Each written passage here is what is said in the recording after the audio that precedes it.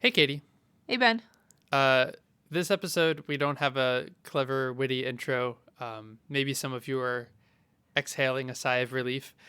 No, We tried. We we, we had several bad takes. yeah, actually, we're in minute 5 of our raw audio recording, and we still don't have one. So we're just gonna say you are listening to Linear Digressions. And today we're gonna talk about item response theory. Item response theory. Boring name, interesting topic. It's a field within psychometrics, and psychometrics is the measurement of the sort of psychological type traits of people, usually. It also might be the coolest sounding name for a field ever. Yeah, I'll agree with that. That's a pretty good name for a field. One of the things that they're often trying to study in psychometrics is something like how X is this person? How smart is this person? How angry is this person? How emotionally this or that is this person? So let's use the example of how smart is this person, because that's kind of the classical use case. Right. And although we'll use that example for the rest of this episode, this could be applied to all sorts of other metrics. In psychometrics, one of the tools that you have available to you might be something like a multiple choice test. And in this multiple choice test, you have some questions that are easy, some questions that are medium, and some questions that are hard. If this is a test that's good at discriminating who's smart from who isn't, then the way that you want it to be set up, obviously, is that everyone or almost everyone gets the easy questions. The medium questions, you start to split people getting them right and people getting them wrong. And then the difficult questions, only the smartest people are getting right. And so a well-calibrated test in that sense is one that helps you distinguish or rank order people in a fairly precise way with respect to how smart they are in this example. An item response theory is a specific way for thinking about that within the context of uncertainty also about how difficult the test itself is.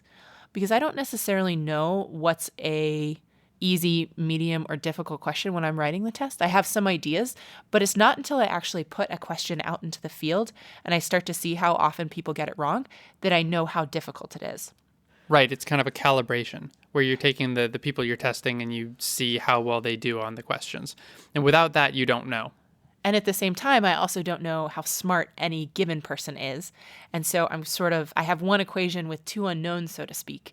How difficult the question is, how smart a person is. However, if I have many questions and many people, then item response theory allows you to start reconciling those two sort of unknowns with each other and come up with a distribution of difficulty of questions and intelligence of people. So if you have a contrived example where you just have one person and one question, you don't know whether the person got the question wrong because they're not as smart in this particular field or because your question was too hard. Similarly, if they got it right, you don't know if it's because the person is super brilliant or because your question is super easy. But you're saying that if you take both sides of that equation, you multiply the number of people and you have many more people and you have many more questions, that you end up with these distributions that you can reconcile.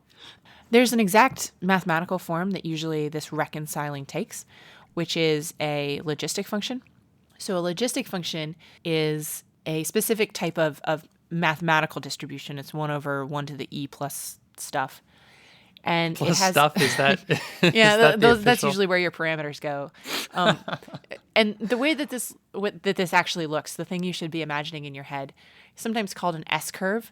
It's bounded by 0 on the low end and 1 on the high end. So you can think of it as, it's very often used as a probability type model because you can't have probabilities that are lower than 0 or higher than 1. And then there's going to be this smooth turn-on curve between the asymptote at the low end. So you have everyone is a 0 at the low end. Everyone is a 1 at the high end. And then there's this smooth curve that connects the two of them. And so in this case, it takes the same kind of curvy shape as an S, where you have the steepest part of the graph being right in the middle. Yeah, and so I can think about every question on my test as sort of corresponding to its own S-curve. And the parameters of my logistic tell me exactly how difficult it is and how well it sorts people into either the smart or not smart bucket. So in the low end, where I have a bunch of zeros, you can imagine these as being all the people who aren't very intelligent, they're missing this question, and sort of the probability of them missing this question is going to be very high because the question is hard and they're not smart. Then you start to get a turn-on curve where as people get more intelligent, there's this increasing chance that they're going to get the question right.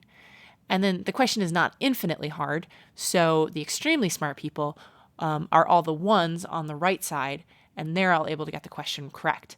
And so depending on how steep that turn-on curve is and exactly where it is along the x-axis, I can make a fairly precise statement about how difficult is this question. That's how far it is left to right.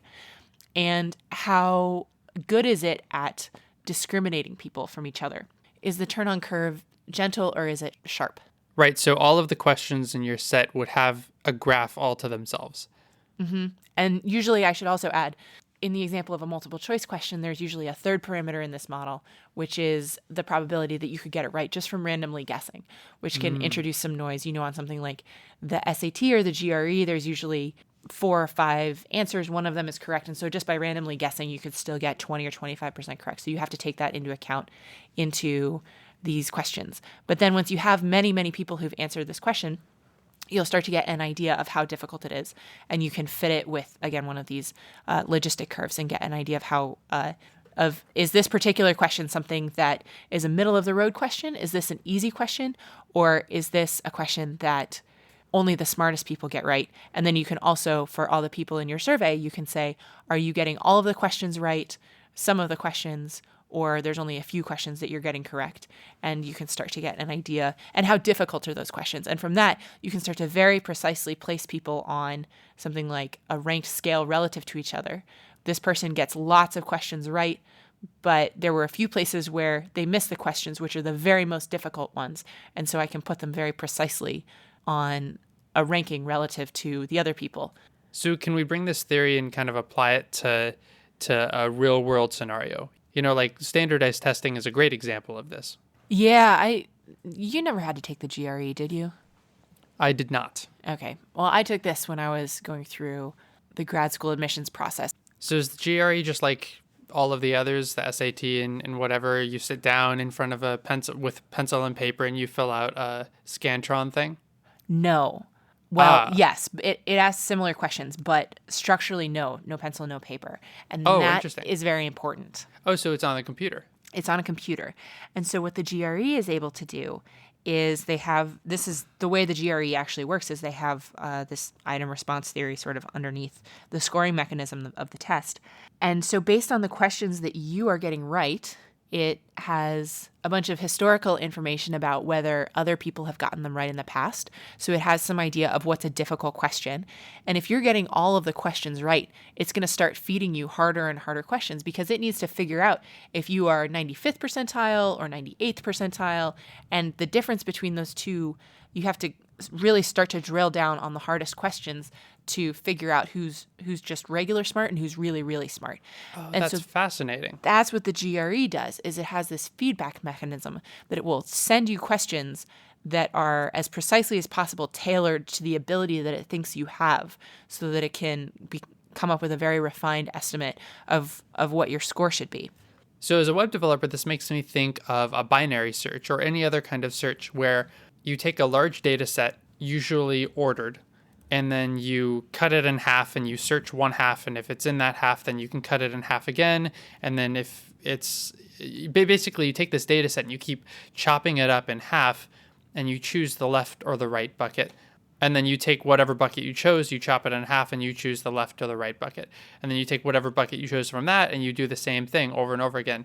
And that lets you very, very quickly narrow in on the number that you're looking for. And so I guess the reason it makes me think of it is because in this case, you've got a whole bunch of people taking tests. And for any individual taking a test, you give them a question. And if it's too hard, then you bring it down. You give them an easier question. If it's too easy, then you give them a harder question. And as you do that, it allows you to narrow in on where in this distribution they fall. So you can figure out relatively quickly, because your search space gets smaller and smaller, exactly where in the distribution they fall. And you can get a much more precise answer for where they are. I'm thinking of this chapter I was reading in an information theory book a little while ago, and it was talking about, there's a similar question. You have 12 marbles. They look the same, but one of them is a different weight than the other ones. And it's either heavier or lighter. You don't know which. Right. And you have a scale that has two sides to it. What's the minimum number of weights that you can make, different permutations of which marbles to weigh and how many and so on. What's the minimum number of weights that you have to make in order to come up with the answer to those two questions, which is the odd one, and is it heavier or lighter? And from an information theory perspective, the way that you minimize that is by finding the ways of splitting up the marbles so that the groups are as equal sized as possible. So a binary search is completely optimized from an information theory perspective because it's splitting things into equal sized groups. And so, I think that's really cool that you have sort of this intuition in terms of if you're talking to someone or you're trying to get an idea of how smart they are, you ask them increasingly difficult questions. But it's also backed up by the computer science theory and by the information theory and by the item response theory and blah, blah, blah. It's all the same idea of trying to get information out as quickly and efficiently as possible. Linear Digressions is a Creative Commons endeavor, which means you can share or use it any way you like. Just tell them we said hi. To find out more about this or any other episode of Linear Digressions, go to lineardigressions.com. And if you like this podcast, go ahead and leave us a review on iTunes so other people get to listen to this content too. You can always get in touch with either of us. Our emails are ben@lineardigressions.com and katie@lineardigressions.com in case you have comments or suggestions for future shows. You can tweet us at lindigressions. Thank you for joining us, and we'll see you next time.